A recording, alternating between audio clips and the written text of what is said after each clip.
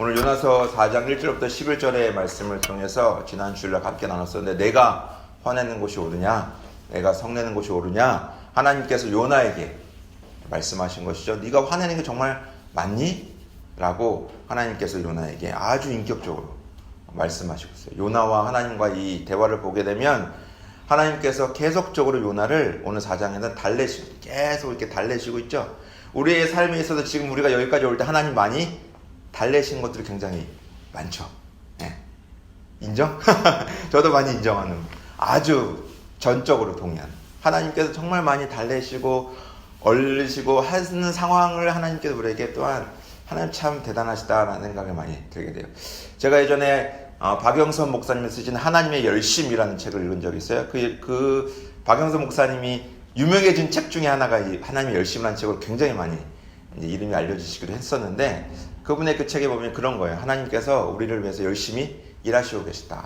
아브라함을 위해서 일하셨고, 처음에 부르시고 나서 아브라함이 창세기 22장에 가서 독자 이삭을 바칠 만큼 그가 한순간에 된 것이 아니라 하나님께서 12장과 22장 사이에 그냥 계신 것이 아니라 아브라함이 믿음의 그런 그릇이 될 수 있도록 계속적으로 그를 열심으로 일하시는 거예요. 아브라함을 위해서. 그리고 그 아브라함이 정말 그의 믿음 같지만 하나님의 그 일하심에, 하나님의 열심의 결과, 열매가 아마 아브라함.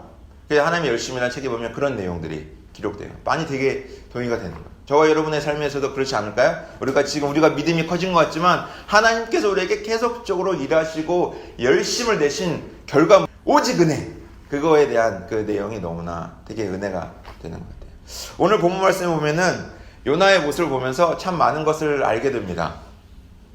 요나의 오늘 모습을 보면 어떤 마음이 드세요? 요나의 모습을 보면 어떤 느낌이 오세요? 이 요나의 대화 내용을, 하나님과 대화 내용을 통해 어떤 느낌이 오세요? 굉장히 극단적이에요. 사람이 굉장히 극단적이에요. 뭘 달라? 죽음을 달라 막 이런 거잖아요. 내가 사는 것보다 죽는 게 낫다. 이걸 두 번이나 얘기해요. 두 번이나 내가 사는 것보다는 죽는 게 낫습니다. 이 기질이 이게 있는 거예요. 아주 이 선지자임에도 불구하고 솔직히 4장까지 내용을 보면 선지자의 모습을 찾긴 참 많이 어렵습니다. 우리가 생각하는 선지자의 모습이 좀 많이 보이지 않아요. 선지자의 상, 이런 어떤 상, example, 표본이 잘 보이지 않는 모습이 있는 것도 사실이네요. 극단적이에요. 오늘 4장의 내용에 보면 죽겠습니다. 저는 사는 것보다 죽는 게 낫다. 막 이런 극단적인. 여러분의 삶에서 하나님 앞에 이런 극단적인 얘기를 하셨던 적이 있어요? 하나님 앞에? 내가 이거 아니면 난 진짜 떠난다.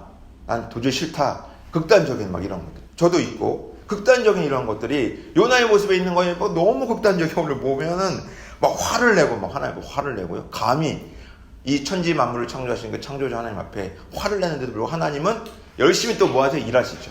일하시는 것을 우리가 보게 됩니다. 그러면 요나서 보면은 1장부터 4장까지 우리가 쭉 이게 알아봤잖아요. 그럼 1장의 내용이 뭐였냐면 부르신 내용이었죠? 부르시고 첫 번째 말씀이 임하고 요나가 너무 싫은 그 니느웨 가라는 것 때문에 불순종하죠. 그러면서 다시스로 갈 때 하나님께서 큰 풍랑과 물고기를 예배하셨고 요나는 결국엔 뭐예요? 하나님과 대면하고 기도의 자리로 올 수밖에 없는 상황을 하나님께서 만들어주셨어요. 2장에 보면 어떤 내용이 있습니까? 요나가 하나님과 깊이 있는 기도의 시간을 갖게 되죠. 제가 알아봤던 것처럼 처음으로 기도한 게 2장 1절이잖아요. 기도해야겠다. 처음으로 하나님 앞에 그 3일 동안 물고기 뱃속에 있으면서 처음으로 무릎 꿇고 기도했다는 거예요. 그 전까지는 그냥 마음이 너무 강팍하니까 오늘 기질이 이 요나의 기질처럼 죽겠다 이런 기질이 있잖아요. 그러니까 자기를 바다에 던져라 이렇게 혈기왕성했던 이 요나가 결국에는 꺾이는 모습이 2장에 잠깐 나와요. 그리고 그가 하나님과 기도하는 시간을 갖게 됩니다. 그러면서 고백하게 되죠. 하나님은 어떤 분이신가? 내가 정말 도망갈 수 없는 분이구나 라는 것을 고백하기도 하고, 하나님 나의 말을 듣는 분이시구나, 내가 이 풍랑 가운데서 내가 외쳤더니 하나님 나를 구원하셨구나, 이런 것을 하나하나 알아가면서 하나님이 더 깊이 있게 만나는 시간을 요나가 갖게 되죠. 그리고 결국에는 물고기 뱃속에 토해내는 욥바에 토해내셨다라고 우리가 알아봤었죠.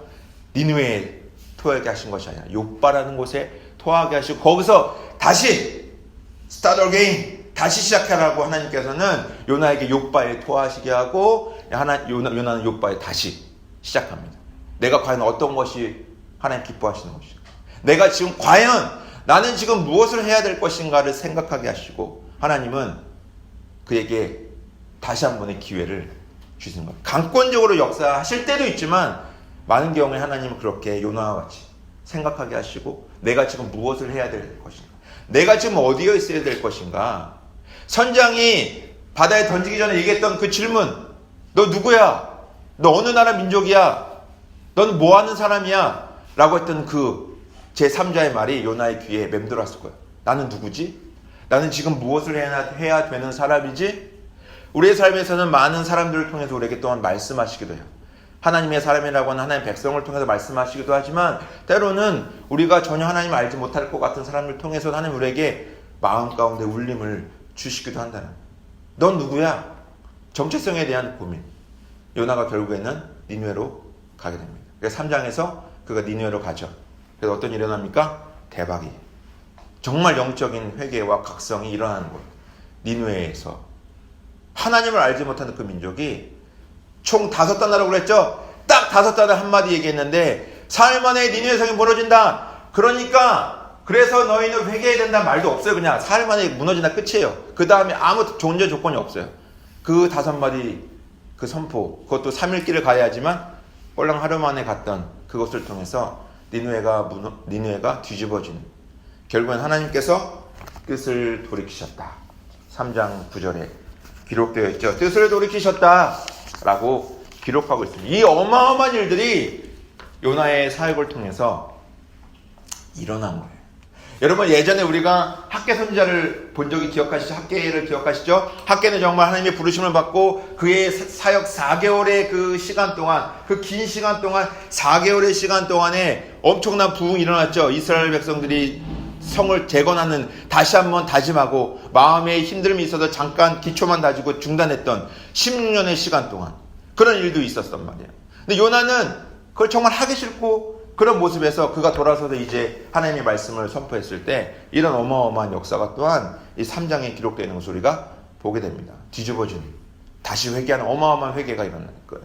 하나님께서 뜻을 돌이키셨다라는 것을 3장 9절에서 말씀하고 있습니다. 그런데 저 성경을 참 요나는 재밌는 건 뭐냐면 3장 10절까지, 그러니까 3장까지 내용이 딱 끝나면 아주 아름다워요, 이야기가. 요나도 좋고 하나님도 좋고 읽는 독자도 해피엔딩.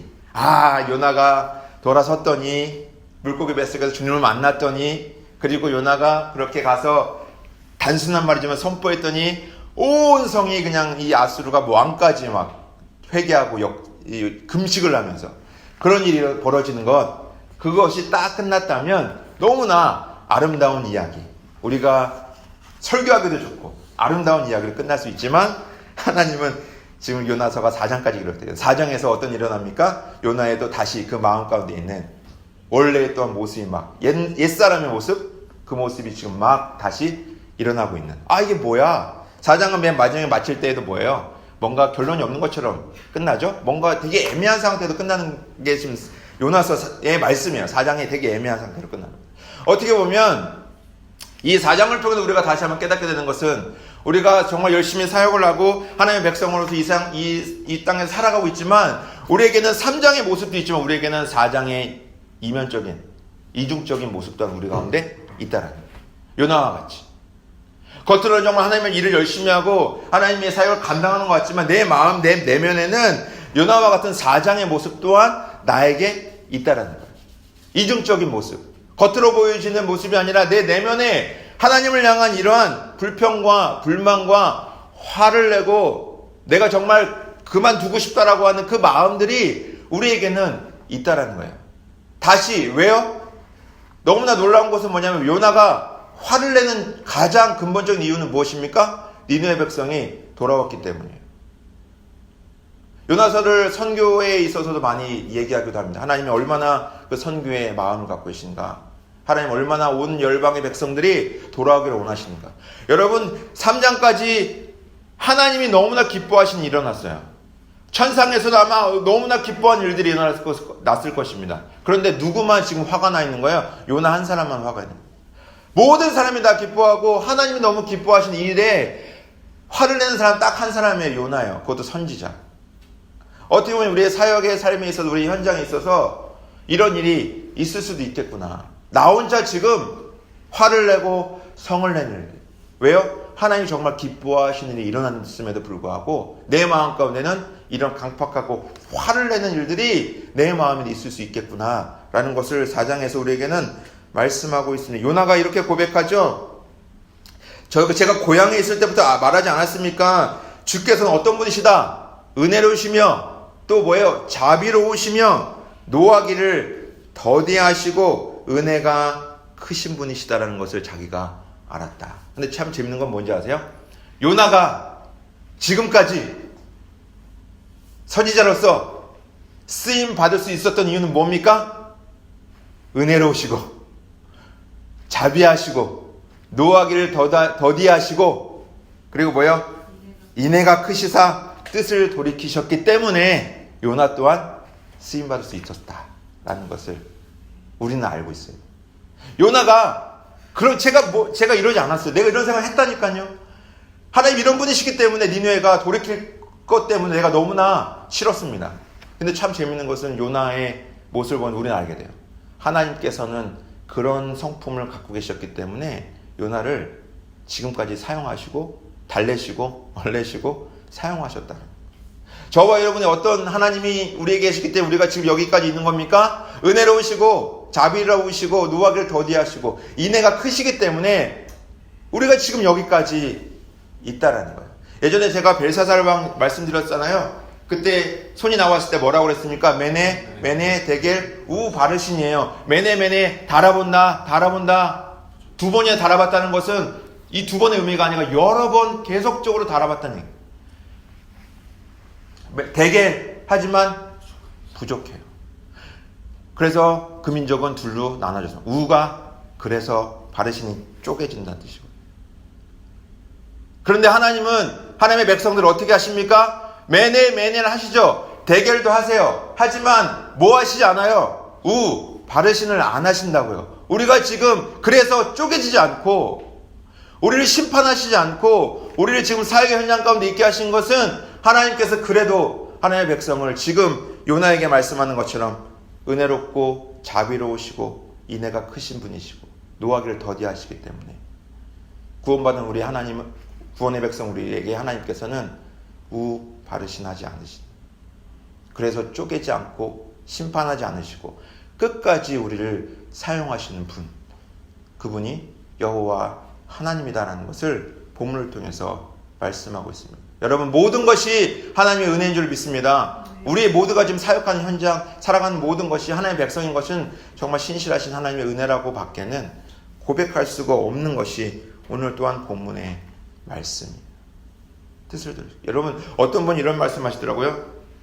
은혜롭다와 자비롭다는 말을 아주 되게 공감되게 말씀해요. 은혜롭다, 자비롭다는 말. 이 은혜롭다는 말은 은혜로우시다라는 뜻은 뭐냐면 우리가 받지 말아야 할 것을 받게 하시고, 자비로운 것은 뭐냐면 우리가 받아야 할 것을 받지 않게 하신다 라고 해석을 하시더라고요. 그건 뭐예요? 우리는 하나님의 백성이 될 수 없는, 그렇죠? 우리는 구원을 받을 수 없는, 영생 이룰 수 없는 존재이지만 하나님께서 그것을 허락하셨어요. 우리가 받게 하셨어요. 그것이 은혜. 자비는 뭐예요? 우리는 진노의 자녀. 우리 하나님의 심판을 받아야 되고 하나님의 진노를 받아야 되지만 그 진노를 받지 않게 하신 자비로우신 하나님이라는 것을 어떤 분께서 말씀하시는 것을 제가 봤습니다. 참 은혜롭고 자비로우신 분. 그 하나님을 오늘 요나의 이 화내는 것을 통해서 우리는 다시 한번 알 수 있게 됩니다. 그래서 하나님께서 말씀하시죠.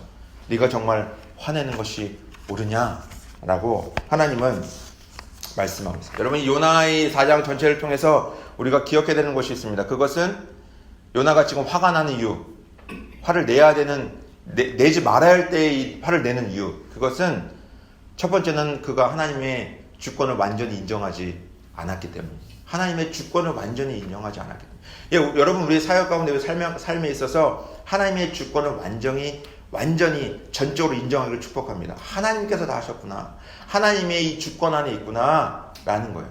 이 교회가 어떻게 될지는 전 모릅니다. 이 교회가 사람이 올 수 있어요, 또 안 올 수도 있어요. 하지만 이 모든 것이 다 어디 있는 거예요? 하나님의 주권 안에 있다. 옆에 교회가 부흥한다고 해서 저에게 이런 마음이 있을 수 있어요. 화나는 모습. 하나님이 저에게 물어보실 것입니다. 네가 화내는 것이 옳으냐? 여러분의 사역에서 다른 사람의 사역이 더 활성화되는 것 같고 더 좋아 보이는 일들이 일어날 때 이런 일이 있을 수 있어요. 네가 화내는 것이 옳으냐? 근데 우린 인정해야 됩니다. 하나님의 주권, 통치, 다스림. 그것을 우리는 인정해야 됩니다. 어떨 때는 이를 꽉 깨물고라도 인정하는 것이 우리에게 필요하다는 거예요. 여러분 마태복음 20장에 보면 우리가 잘 아는 포도원 품꾼의 비유 아시죠? 가장 먼저 온 사람, 그 다음에 순차적으로 사람이 옵니다. 그런데 다 그들에게 품삯을 줘서 얼마씩 줬죠? 한 데나리온. 하루 품삯 다 줬습니다. 가장 억울한 사람 누구일까요? 아침에 일찍 온 사람. 근데 그때 이 비유를 통해 하나님 말씀하시죠. 뭐라고 말씀하십니까? 20장 15절에 내 것을 가지고 내 뜻대로 할 것이 아니냐 라고 말씀하시죠. 내가 한 데나리오 준다고 약속했지? 난 그건 다 했다. 하지만 그렇기 때문에 나한테 왜 저게 지금 일 끝나기 1시간 전에 온 사람 똑같이 한 데나리온 주십니까? 말하지 말아라. 내 것을 가지고 내 뜻대로 하는 것이 맞지 않냐 라고 20장 15절에 결론적으로 말씀하고 하나님의 주권, 그 주권 안에 모든 것이 지금 이루어지고 있다는 것을 말씀하고 있다는 거예요. 요나가 지금 너무 화난 것은 하나님의 주권을 전적으로 인정하지 않아요. 쉽지 않아요. 삶을 살아가다 보면 쉽지 않습니다. 내가 보기에는 불합리한 것 같은 일들이 일어날 때가 있어요. 하지만 우리는 인정해야 됩니다. 하나님의 절대 주권을 인정해야 돼요. 하나님께서 이루어 가시는구나. 여러분 앤드류 머레이라는 영성가가 있어요. 근데 그 영성가가 이런 얘기를 했습니다. 나에게 일어난 일을 이상히 여기지 말아라 라고 얘기했어요. 우리 주변에 일어난 일, 나에게 일어난 일을 이상히 여기지 말아라. 하나님의 주권을 인정하는, 나에게 혹시라도 좋지 않은 일이 일어났을지라도 겸손하게 하나님의 주권을 인정하는 그것에 대해서 말씀하고 있다는 거예요. 절대 주권. 모든 것이 하나님의 그 주권은 있다라는 고백이 저와 여러분에게 축복합니다. 또한 두 번째로는 요나가 이렇게 막 화가 났던 것은 뭐냐면 신앙적인 이기주의예요. 우리 가운데 신앙적인 이기주의가 있습니다. 뭐죠? 나만, 우리 가족만, 우리 자녀만, 나의 사역만, 우리 교회만, 이런 이기주의가 솔직히 있어요. 제 안에도 있습니다. 깊이 있게 있다고요. 남들이 또 다른 자녀가, 다른 어떤 성도들이, 다른 주님의 백성들이, 또는 다른 교회가 잘 되는 것을 볼 때 정말 축복해주고 싶은 그 마음 또한 있지만 내 깊은 내면에는 그것에 대한 이기주의적인 마음들이 있다. 왜? 우리만 축복하셔야 되는데? 나만 축복하셔야 되는데? 우리 교회만 잘 되어야 되는데? 내 사역만 잘 되어야 되는데? 우리 자녀만 잘 되어야 되는데? 라는 이기적인 마음들이 우리 가운데 있다는 거예요. 지금 요나가 그거잖아요. 왜 저 민족도 이렇게 포함됩니까? 왜 저 민족까지 하나님의 구원에 받은 백성으로 돌이키셔서 그 회개, 없어져야 되고 진노와 심판을 받아야 되는 그 민족이 왜 돌아와야 합니까? 라고 하는 그 당시 이스라엘 민족에 있었던 그 마음을 요나를 통해서 우리에게 대변해주고 있는 거예요. 그 당시의 상황. 왜 니느웨입니까? Why 니느웨? 왜 니느웨가 돌아와야 합니까? 우리를 그렇게 괴롭혔던 그 민족이, 없어 마땅한 그 민족이, 자기 생각에는 없어 마땅한, 없어져야 될, 사라져야 될 민족입니다. 복을 받으면 안 되는 민족인데 왜 그런 일이 있어야 됩니까? 라는 것을 말씀하고 있는 거예요. 신앙적인 이기주의. 요나에게 있는 것 또한 하나님의 주권을 인정하지, 절대적인 주권을 인정하지 않을 뿐만 아니라 신앙적인 이기주의가 우리 가운데 있다는 거예요.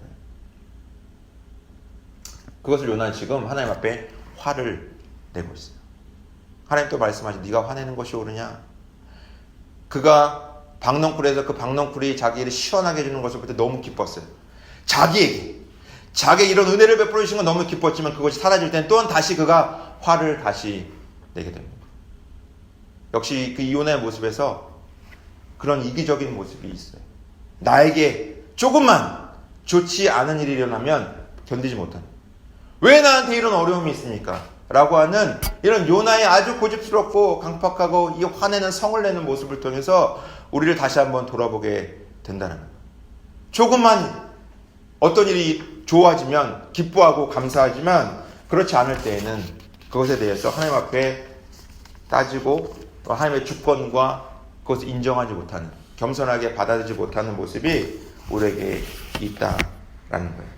우리의 뜻대로 되지 않을 때, 요나가 지금 자기 뜻대로 되지 않을 때 화를 내는 모습을 오늘 다시 한번 보게 됩니다. 여러분, 이 복음이 전해지는 이 사역 현장에서 지금 가장 걸림돌이 되는 사람이 요나예요. 지금 하나님 기뻐하시고 니느웨 성도 지금 회개하면서 어마어마한 일들이 일어나고 있는데 가장 마음이 심통난 사람은 요나입니다. 여러분, 사도행전에 보면요, 주의 성령이 강림해서 이제 복음이 세계 열방으로 전개될 때 가장 걸림돌이 됐던 사람들이 누구예요? 유대인이에요. 가장 걸림돌이 됐던, 가장 문제를 많이 일으키고 할례를 받아야 된다, 주의 율법을 지켜야 된다, 그렇지 않으면 구원받지 못한다라고 계속 끊임없이 얘기하고 방해했던 사람은 다른 사람이 아니라 주님의 말씀을 먼저 받은, 사도 바울이 얘기했던 것처럼 너희가 주의 말씀을 먼저 받았던 그 유익이 있었지 않냐라고 얘기했던 것처럼 유대인들이에요.